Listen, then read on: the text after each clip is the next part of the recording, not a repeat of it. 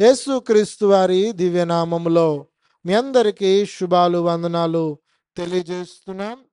చదవబడిన లేఖన భాగము మత్తయి సువార్త 7వ అధ్యాయం మొదటి 5 వచనాలను ఆధారం తీసుకొని కొద్ది నిమిషాలు దేవుని వాక్యాన్ని ధ్యానించడానికి ప్రయత్నము చేద్దాం.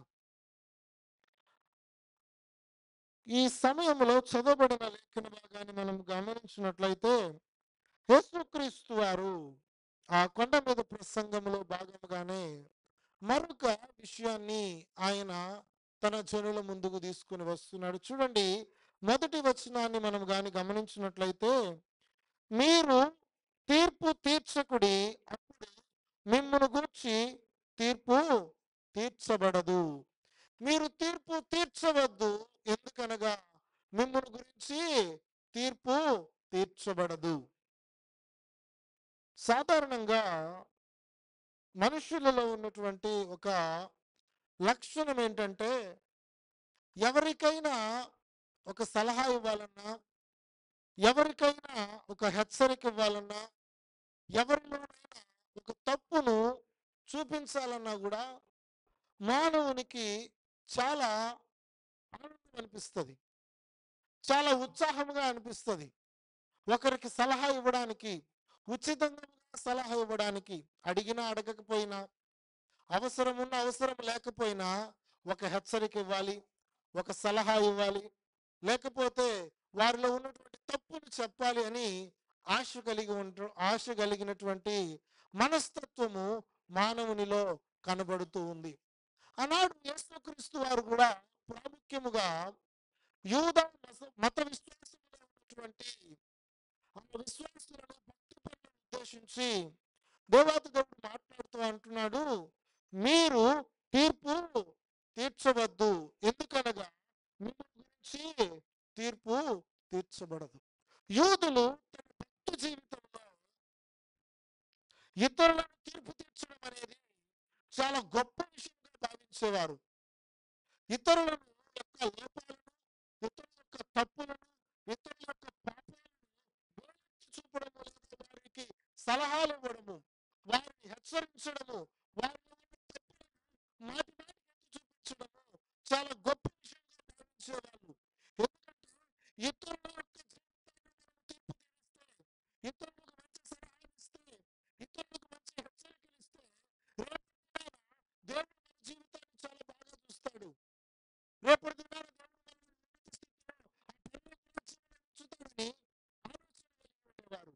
కానీ యేసుక్రీస్తు వారు అంటున్నారు, మీరు తీర్పు తీర్చవద్దు, మీరు తీర్పు తీర్చాల్సినటువంటి అవసరం లేదు. ఎందుకు తీర్పు తీర్చకూడదు? నీవు ధర్మశాస్త్రోపదేశకుడైనా, పరిశుద్ధుడైనా, జ్ఞానివైనా, ఎన్ని రకాలైనటువంటి క్వాలిటీస్ నీలో ఉన్నా సరే నీవు తీర్పు తీర్చడానికి అర్హుడవు కావు. నీవు అవతలి వ్యక్తుల యొక్క పాపాలను, దోషాలను, వారిలో ఉన్నటువంటి బలహీనతలను చూపించడానికి నువ్వేమాత్రము గొప్పవాడవు, యోగ్యుడవు, అర్హురాలవు కావు. మీ కట్టును దూరం ఉంచుకొని, మీ కట్టును దూరం ఉంచుకొని ఎదుటివారి కట్టులో ఉన్నటువంటి నలుసును మీరు ఏ విధంగా చూస్తారు? చూడండి, ఆయన అంటున్నాడు, చూడండి 3వ వచనము, నీ కంటిలో ఉన్న దూరం ఉంచగా నీ సహోదరుని కంటిలో ఉన్న నలుసును చూచుటయేనా? నీ కంటిలో దూరం ఉండగా నీవు నీ సహోదరుని చూచి నీ కంటిలో ఉన్న నలుసును తీసివేయాలి మరి చెప్పనేలా. యేసుక్రీస్తు వారు అంటున్నారు, నీలో ఉన్న లోపాలను నువ్వు అట్లాగే పెట్టుకొని అవతలి వారి లోపాలను నువ్వు సరిచేయవద్దు. నీలో ఉన్న బలహీనతలను నువ్వు అలాగే పెట్టుకొని అవతలి వారికి సరిచేయవద్దు. డాక్టర్ దగ్గరికి రోగం వచ్చినప్పుడు వెళ్తాం, ఏదో రోగం వచ్చినప్పుడు, బలహీనత వచ్చినప్పుడు డాక్టర్ దగ్గరికి వెళ్తాం. మనకు వైద్యం చేసే డాక్టర్ ఏదైతే, మనకు వైద్యం అందించేటువంటి డాక్టరే ఆయన రోగిష్టి జబ్బును నయం చేసుకోలేని స్థితిలో ఉంటే ఆయనని ఎవరు నమ్మరు. మనల్ని మనము విమర్శ చేసుకోవడము, మనల్ని మనము సరి చేసుకోవడము చాలా ప్రాముఖ్యమైన విషయము. వైద్యుడు ముందుగా తను తాను స్వస్థపరచుకోగలగాలి. తన రోగం నుండి, తన బలహీనత యొక్క స్వస్థత ఎక్కడైతే ముందుగా సరి చేసుకోగలగాలి. ఆయన మరొకరికి మందులు ఇవ్వడానికి ఆయన ఆ యొక్క మంచి స్థితిని కలిగి ఉంటాడు. ఈరోజు దేవుని వాక్యం ప్రియ సంగమా, నేటి మన క్రైస్తవ జీవితంలో కూడా, విశ్వాస జీవితంలో కూడా ఎదుటి సలహా ఇష్టపడుతూ ఉంటాం, ఎదుటి చూపించడానికి ఇష్టపడుతూ ఉంటాం, ఎదుటి హెచ్చరికలు ఇవ్వడానికి ఇష్టపడుతూ ఉంటాం. కానీ మనలో ఉన్న లోపాలను మనము గుర్తెరగము, మనలో ఉన్నటువంటి తప్పులను గుర్తెరగము, మనలో ఉన్నటువంటి పాపాన్ని, మనలో ఉన్నటువంటి మనలో ఎదుటి వారిని మనము విమర్శ చేయడానికి ప్రయత్నం చేస్తూ ఉంటాం. తీర్పు తీర్చడం అనేటువంటి ఆ సందర్భాన్ని ఈ 7వ అధ్యాయంలో తెలియజేయబడిన సందర్భాన్ని మనం గమనిస్తే, యూదులు ఏ విధంగా దీన్ని తీసుకుని వెళ్ళిపోయినారంటే, ప్రతి ఒక్కరిలో లోపాన్ని చూపించడమే భక్తిగా వాళ్ళు మార్చుకున్నారు. లోకములో సాంప్రదాయాలు ప్రతి ఒక్కరి యొక్క జీవితాల్లో లోపాలు చెప్పడమే గొప్ప విషయంగా వాళ్ళు మారిపోయినారు. హెచ్చరికలు అనగా నువ్వు తప్పు చేస్తున్నావా సరిదిద్దుకొని చెప్పడము మరిచిపోయి, వారిలో చూపిస్తూ నీవు శిక్షకు అర్హుడవు, లేకపోతే పలానా శిక్ష పడాలి, పలానా యొక్క శిక్ష నీ మీదకి వస్తుందని వారిని భయపెట్టడం, వారి శిక్షకు గురి చేయడము, అదే నిజమైన భక్తి అని వాళ్ళు తమను తాము నీతిమంతులుగా చూపించుకొని కోరుతూ ఉన్నారు. తమను తాము నీతిమంతులమని, తాము దేవుని సన్నిధిలో చాలా గొప్పని చూపించుకోవడానికి ప్రయత్నం చేస్తున్నారు. యేసుక్రీస్తు వారు అంటారు, నీ కంటిలో ఉన్నటువంటి దూలాన్ని ముందుగా చూడు. నీ కంటిలో దూలాన్ని ఉంచుకొని, నీలో ఉంచుకొని ఎదురు చిన్న మరకలను ఎలాగా సరిదిద్దగలవు? ముందు నీ పాపాన్ని నువ్వు కడుక్కో. ముందు నీ కంటిలో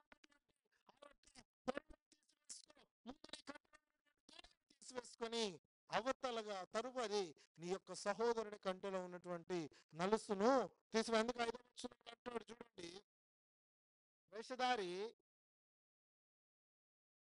మొదట నీ కంటిలో ఉన్న దూరం తీసివేసుకుని, అప్పుడు నీ సహోదరుని కంటిలో ఉన్న నలుసు నీకు తీసివేయటకు నీకు తేటగా కనపడను.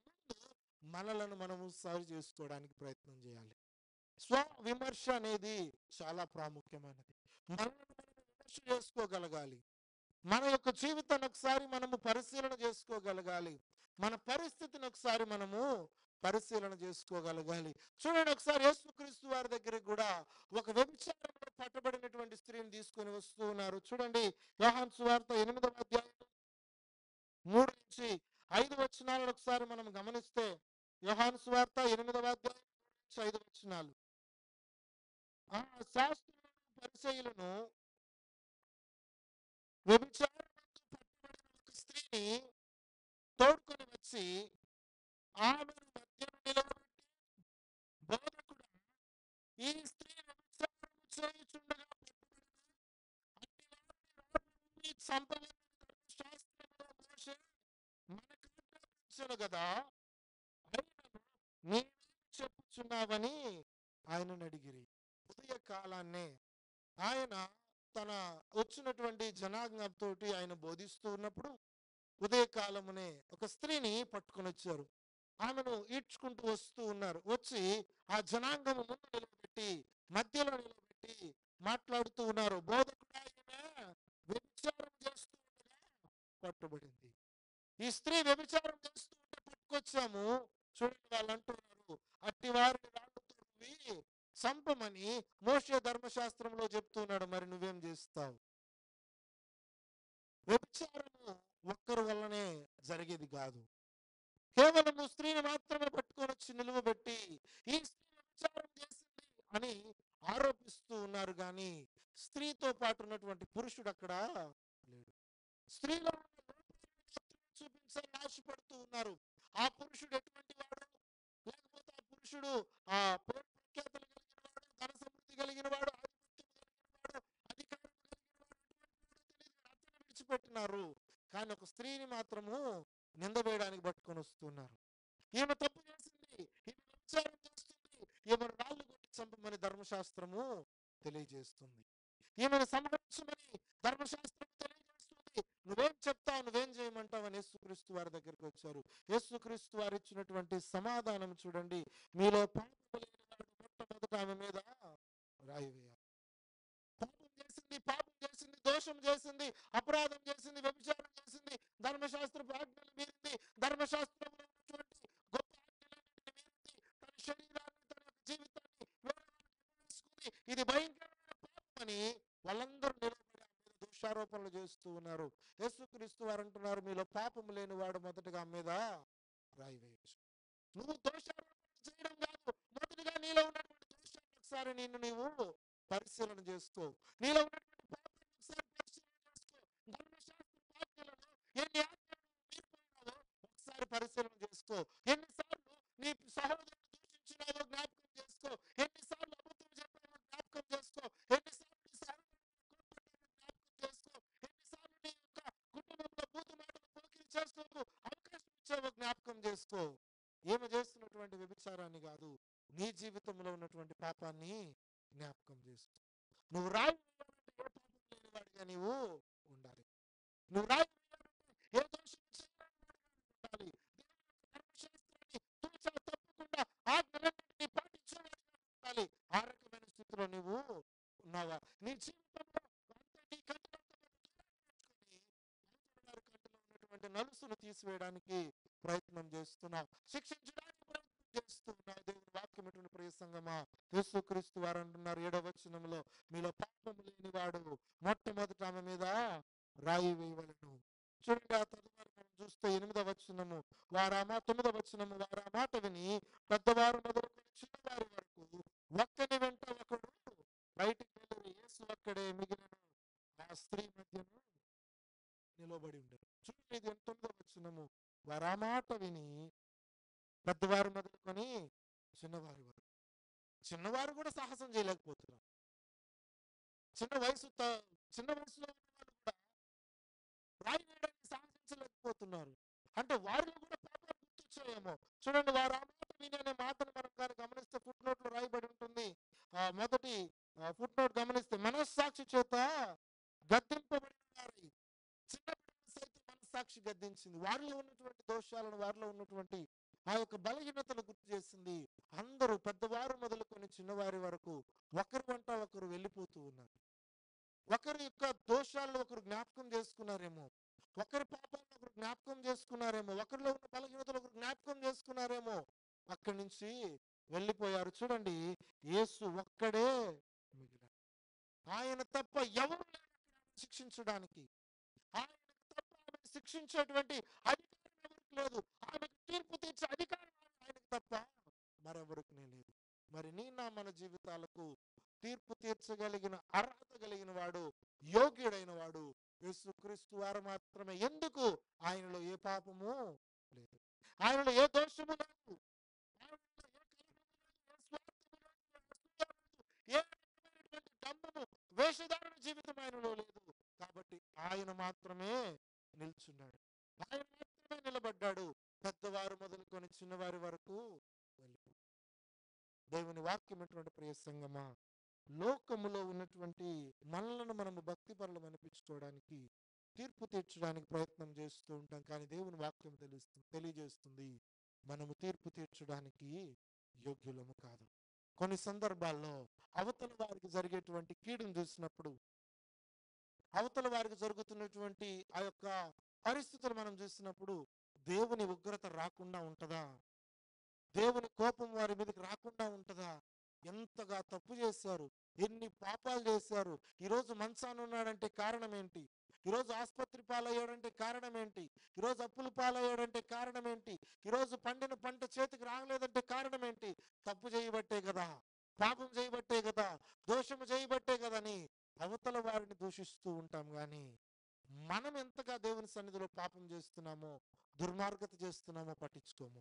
చూడండి, ఆనాడు దినవృత్తాంతములు 2వ గ్రంథము 28వ అధ్యాయం ఒకసారి మనం గమనిస్తే, దినవృత్తాంతములు 2వ గ్రంథము 28వ అధ్యాయం ఒకసారి మనం గమనిస్తే, యూదా రాజు ఆహాజు పరిపాలిస్తున్నటువంటి కాలంలో జరిగినటువంటి ఒక సంఘటన మనకు కనబడుతుంది. చూడండి, 28వ వచనాన్ని చదవండి. పరిపాలించినప్పుడు ఆ యెరూషలేములో 16 సంవత్సరములు అతడు తన పితరులైన దావీదు వలె యెహోవా దృష్టికి యథార్థముగా ప్రవర్తించలేదు. ఆహాజు యూదులకు రాజయ్యాడు. యూదా రాజ్యానికి రాజుగా ఉన్నాడు ఆహాజు అనేటువంటి వ్యక్తి. ఆయన దావీదు నడిచినటువంటి యథార్థమైనటువంటి నడవడిక ఆయనలో లేదు. ఆయనలో బలహీనతలు ఉన్నాయి. లోకానుసారమైన భక్తి చేశాడు. చూడండి 3వ వచనాన్ని మనం 2-3 వచనాలు గమనిస్తే ఆయన ఎంతగా పాపం చేశాడో మనకు ఆ కింద వచనాల్లో కనపడుతుంది. ప్రతి పచ్చని చెట్టు కిందకి వెళ్ళి అన్య దేవతలకు బలులర్పించేవాడు, అన్య దేవతలను పూజించేవాడు, అన్య దేవతలకు పోతపోసి విగ్రహాలను తయారు చేసేవాడు. తన కుమారులను ఆ దేవతలకు బలిగా కూడా ఇచ్చాడు. వారిని బలిగా కూడా ఆ దేవతలకు ఇచ్చాడు. ఇంత భయంకరమైన పరిస్థితి చేసినప్పుడు కొన్ని దినాల తర్వాత ఇజ్రాయేల్ దేశానికి రాజు అయినటువంటి పెకహు అనేటువంటి ఆయన కాలంలో వీరు యూదా మీద దండెత్తి వాళ్ళు జనాంగాన్ని స్వాధీనపరుచుకున్నారు. చూడండి 6వ వచనాన్ని ఒకసారి మనం గమనిస్తే, ఆ రెమల్యా కుమారుడైన పెకహు యూదా వారుల పరాక్రమశాలుడైన 120,000 మందిని ఒక్కనాడు హతము చేసెను. వారు తమ పితరుల విసర్జించినందున వారు దేవుణ్ణి విమర్శించారని ఆ యూదా ప్రజలు 120,000 మందిని ఒక్కనాడే పెకహు, ఇశ్రాయేలు రాజు అయినటువంటి పెకహు వారందరినీ హతం చేస్తున్నాడు.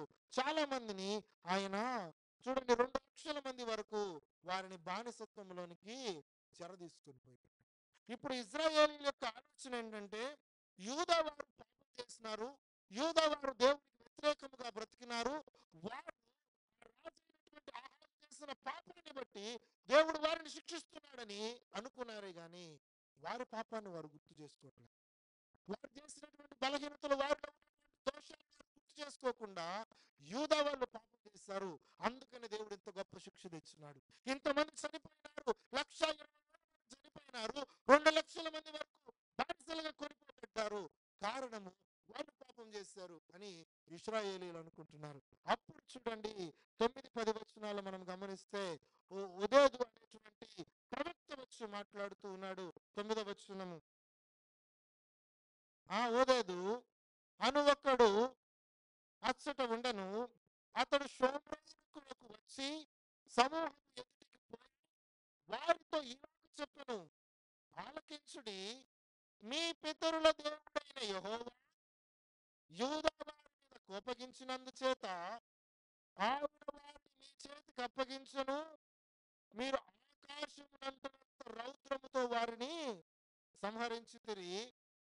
ఇప్పుడు మీరు యూదా వారిని యెరూషలేము కాపురస్తులను మీ కొరకు దాసులుగాను దాసురాండ్రుగాను లోపరుచుకొని దలచి ఉన్నారు. మీ దేవుడైన యెహోవా దృష్టికి మీరు మాత్రము అపరాధులు కాకున్నారా?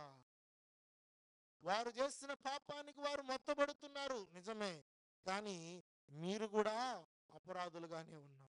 మీరు కూడా వారిని బానిసత్వంలోనికి తీసుకుని వారి మీద రాజ్యం చేయాలని, వారి మీద పగ సాధించాలని కోరుకుంటున్నారు. మీరు కూడా అపరాధులే. యూదా వారు మాత్రమే అపరాధులు కాదు.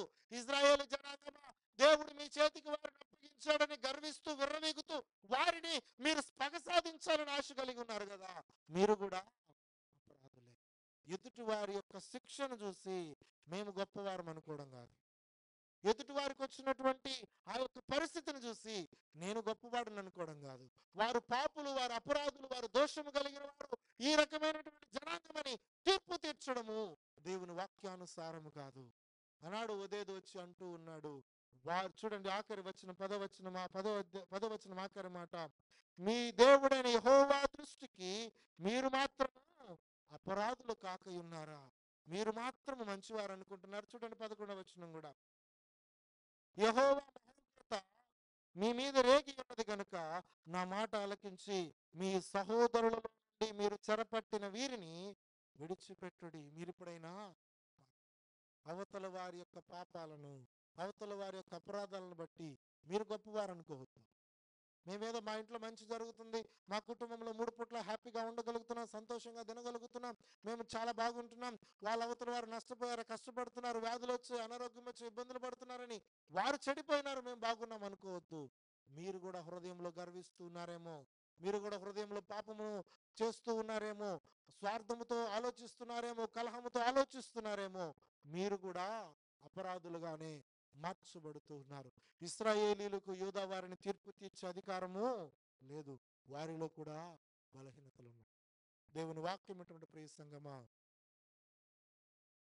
అవతల వారి యొక్క పతనాన్ని బట్టి, అవతల వారి యొక్క స్థితిని గతిని బట్టి మనము పరిశుద్ధులం అనుకొని దేవుని సన్నిధిలో గర్వించడానికి వీలులేదు. మరొక సందర్భము, మన తప్పులను గుర్తుపెట్టుకోకుండా, మన లోపాలను గుర్తుపెట్టుకోకుండా అవతల వారి జీవితాల్లో ఉన్నటువంటి తప్పులను బట్టి ఘోరమైన శిక్షలు వేయడానికి సిద్ధపడుతూ ఉంటాం. ఘోరమైనటువంటి న్యాయమును తీర్చడానికి సిద్ధపడుతూ ఉంటాం. మనల గురించి మనం ఆలోచించము. చూడండి, సమూయేలు రెండవ గ్రంథము 12వ అధ్యాయం 5-6 వచనాలు. దావీదు ఈ మాట విని ఆ మనుషుని మీద బహుగా కోపించుకొని, యెహోవా జీవము తోడు, నిశ్చయముగా ఈ కార్యము చేసిన వాడు మరణపాత్రుడు, వాడు కనికరము లేక ఈ కార్యము చేసిన గనుక ఆ గొర్రె పిల్లకు ప్రతిగా 4 గొర్రె పిల్లలు నీయవలనని నాతానుతో అనెను. నాతాను ప్రవక్త వచ్చి దావీదు చేసినటువంటి పాపాన్ని మరొక ఉపమానంతో పోల్చి చెబుతూ ఉన్నాడు. ఒక వ్యక్తికి అనేక గొర్రెలు ఉన్నాయి, వాళ్ళ ఇంటికి ఒక అతిథి వచ్చాడు. కానీ తన మందలో ఉన్నటువంటి గొర్రె పిల్లను కాకుండా పక్కన ఒక దాసుడు ఉన్నాడు, వానికి ఒకే ఒక గొర్రె పిల్ల ఉంది. ఆ గొర్రె పిల్లను తీసుకుని వచ్చి తన ఇంటికి అతిథిగా వచ్చిన వానికి విందు చేశాడు. వాడి యొక్క ఆకలి తీర్చడానికి ఒకే ఒక గొర్రె పిల్ల కలిగినటువంటి వాణ్ణి కష్టపెట్టాడు, నష్టపెట్టాడు. ఇప్పుడు ఏం చేయాలి రాజా అన్నప్పుడు ఆయన అంటూ ఉన్నాడు, లేచి నిలబడి ఉగ్రతతో అంటున్నాడు. 5వ వచనము చూడండి. దావీదు ఈ మాట విని ఆ మనుషుని మీద బహుగా కోపించుకొని, యెహోవా జీవము తోడు నిశ్చయముగా ఈ కార్యము చేసిన వాడు మరణపాత్రుడే. తన మందలో అనేకమైనటువంటి గొర్రెలు ఉన్నాయి, వాటిని విడిచిపెట్టి ఒకటి దగ్గర ఉన్నటువంటి బలహీనుడి దగ్గర ఉన్నటువంటి ఒకే ఒక గొర్రెను తీసుకెళ్లి పెట్టినాడు, వాడు నిజముగా మరణపాత్రుడే. దావీదు కూడా ఉరియాని చంపి బెత్షెబాను భార్యనిగా చేసుకున్నాడు. దావీదుకి అనేకమైనటువంటి భార్యలు ఉన్నారు, భార్యలు చేసుకోగలిగినటువంటి పరిస్థితి దావీదుకు ఉంది.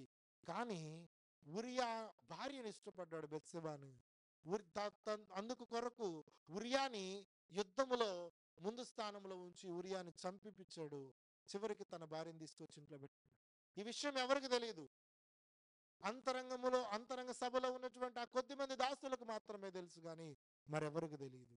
దేవుడు నాతాను ద్వారా మాట్లాడుతూ ఉన్నాడు. దేవుడు నాతాను ద్వారా హెచ్చరించినప్పుడు అటువంటి పరిస్థితి ఎవడైతే చేశాడో వాడు మరణపాత్రుడు. ఒక గొర్రె పిల్లకు ప్రతిగా 4 గొర్రె పిల్లలు ఇవ్వాలని తీర్పు తీర్చాడు. వెంటనే నాతాను అంటాడు, చూడండి తదుపరి వచనాన్ని గమనిస్తే 7వ వచనము. నాతాను దావీదును చూచి, ఆ మనుషుడవు నీవే, ఇశ్రాయేలు దేవుడైన యెహోవా సెలవిచ్చినదేమనగా, ఇశ్రాయేలు మీద నేను నిన్ను రాజుగా పట్టాభిషేకము చేసి సౌలు చేతిలో నుండి విడిపించి నీ యజమాను నగరికి నీకు అనుగ్రహించి ఈ యజమానుని స్త్రీలను నీ కౌగిట చేర్చి ఇశ్రాయేలు వారిని యూదా వారిని నీకు అప్పగించుతిని. ఇది చాలదని నీవు అనుకుని ఎడల నేను మరి ఎక్కువగా నీకు ఇచ్చి ఉందును. దేవుడు ఇచ్చేవాడుగా ఉన్నప్పటికీ కూడా తన యొక్క హృదయంలో ఉన్నటువంటి ఆలోచనను బట్టి పాపం చేసి ఆ పాపాన్ని దాచిపెట్టుకొని అటువంటి పాపం చేసిన మరొకనికి తీర్పు తీర్చడానికి దావీదు సిద్ధపడుతూ ఉన్నాడు. తను ఏ పాపం చేశాడో ఆ పాపం తనలో తాను గుర్తు చేసుకోవట్లేదు, దాన్ని దాచిపెట్టుకుంటున్నాడు. అటువంటి పాపం చేసిన వారికి తీర్పు తీర్చడానికి సిద్ధపడుతూ ఉన్నాడు. దేవుని వాక్యం ఎటువంటి ప్రియ సంగమా, మనలో తప్పులు పెట్టుకొని, మనలో దోషాలు పెట్టుకొని అటువంటి పనులు చేసిన వారిని మనము శిక్షించుకో. చూడండి 2వ వచనం చదువుకున్నటువంటి మూలవాక్యము 2వ వచనాన్ని మనం ఒకసారి గమనిస్తే,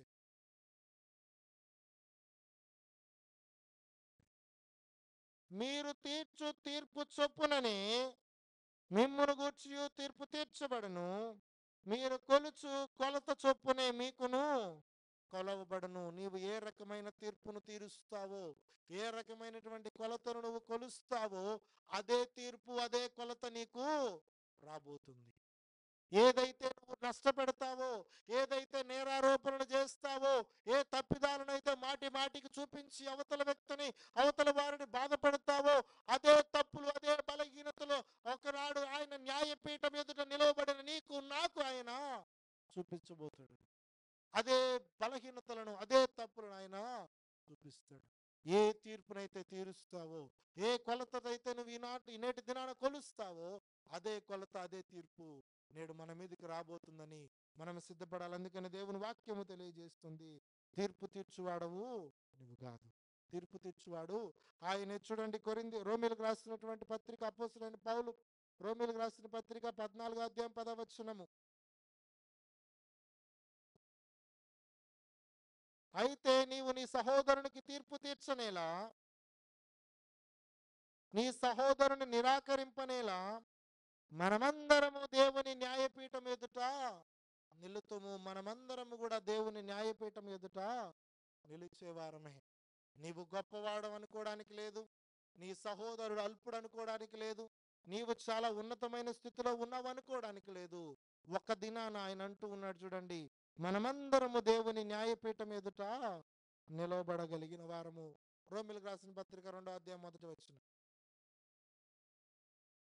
తీర్పు తీర్చు మనుష్యుడా, నీవెవడవైనను సరే నిరత్తరుడవై ఉన్నావు. దేని విషయములో ఎదుటివానికి తీర్పు తీర్చుచున్నావో దాని విషయములో నీవే నేరస్తుడవని తీర్పు తీర్చుకొనుచున్నావు. ఏలయనగా తీర్పు తీర్చు నీవును అట్టి కార్యములనే చేయుచున్నావు కావా. చూడండి, చాలా అద్భుతమైనటువంటి మాటను మాట్లాడుతున్నాడు. తీర్పు తీర్చేవాడెవడైనా సరే వాడు నిరత్తరుడై ఉన్నాడు.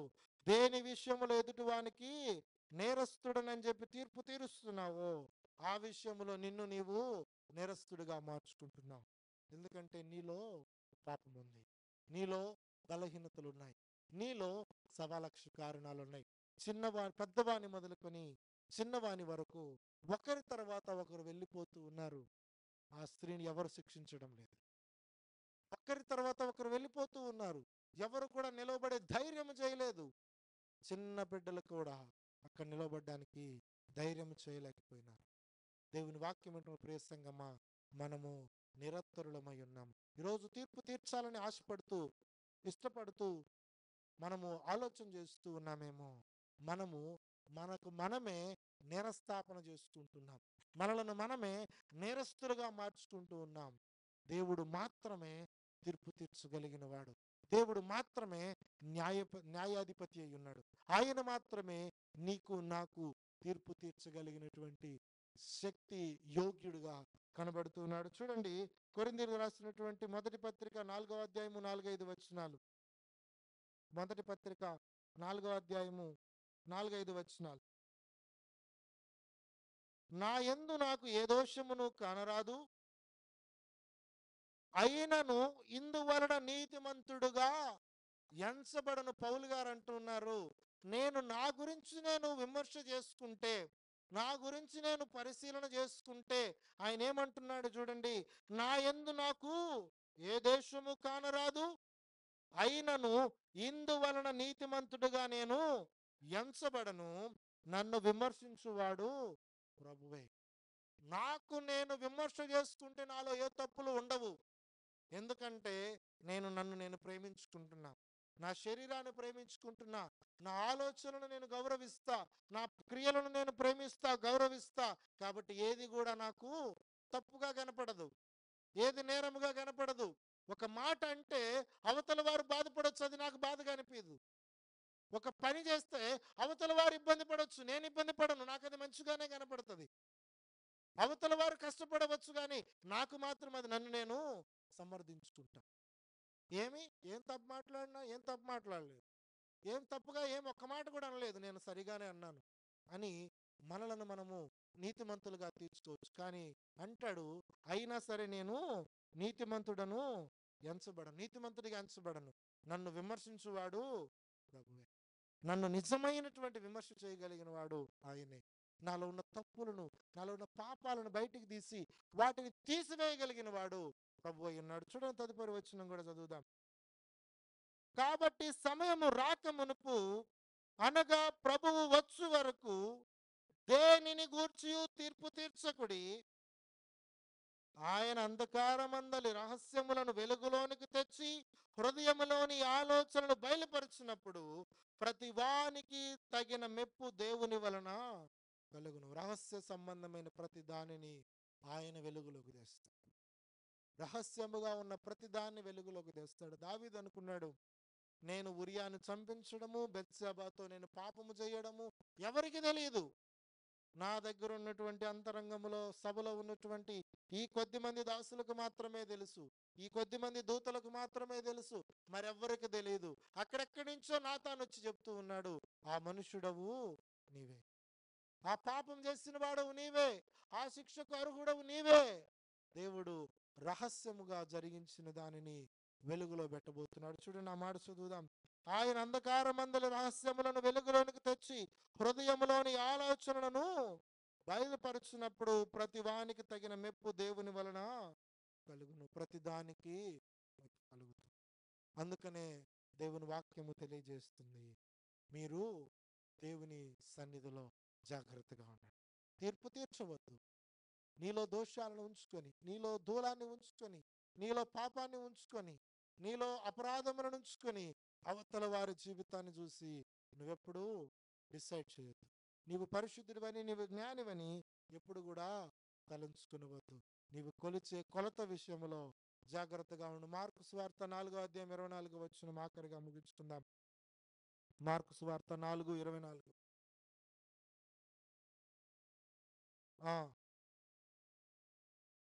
మీరేమి వినుచున్నారో జాగ్రత్తగా చూసుకొనుడి.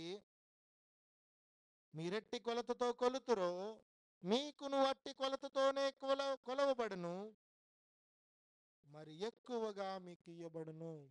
ఏ కొలతతో కొలుస్తావో అదే కొలత మరి ఎక్కువగా ఇయ్యబడుతుంది.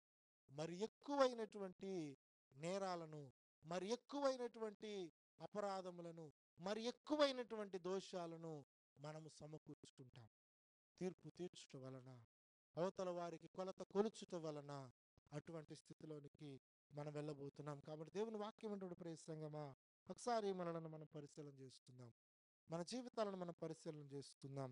తీర్పు తీర్చుట ఆనందంగా ఉండవచ్చు, సలహాలు ఇవ్వడం ఆనందంగా ఉండవచ్చు, అవతల వారి తప్పులను వేలెత్తి చూపించడం సంతోషంగా ఉండవచ్చు. కానీ నిన్ను నీవే నేరస్తుడిగా మార్చుకుంటున్నావు. నీకు నీవే పాపాన్ని కూడగట్టుకుంటున్నావు. నీకు నీవే అపరాధములను కూడగట్టుకుంటున్నావు. ఒక దినాన మనమందరం కూడా ఆయన న్యాయపీఠం ఎదుట నిలవబడవలసిన వారమే. కాబట్టి మన జీవితాలను మనము సరి చేసుకోవడానికి దేవుడిచ్చినటువంటి సమయాన్ని బట్టి తీర్పు తీర్చక, విమర్శ చేయక, స్వ విమర్శ చేసుకుంటూ, మనలను మనము విమర్శ చేసుకుంటూ తగిన స్థితిలో మనం ఎదిగి వర్తిల్లాలని తెలియజేస్తూ ఈ మాటలు ముగిస్తున్నాను. దేవుడి మాటలు మనం వెనుకడిలో ఫలింపజేయును గాక. ఆమేన్. తలలు వంచి